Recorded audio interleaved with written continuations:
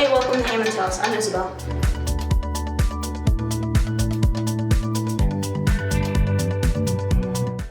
So Hammons house offers the 2-person and the 4-person suites. The 4-person and the 2-person come with 2 beds, a desk, a chest of drawers. It has a ensuite bathroom and a little kitchenette. The beds are XL twins. They can be bunked if you would like. They are also adjustable in height. The closet spaces have like racks where you can hang up all your shirts. They also have little 2 drawers inside there as well.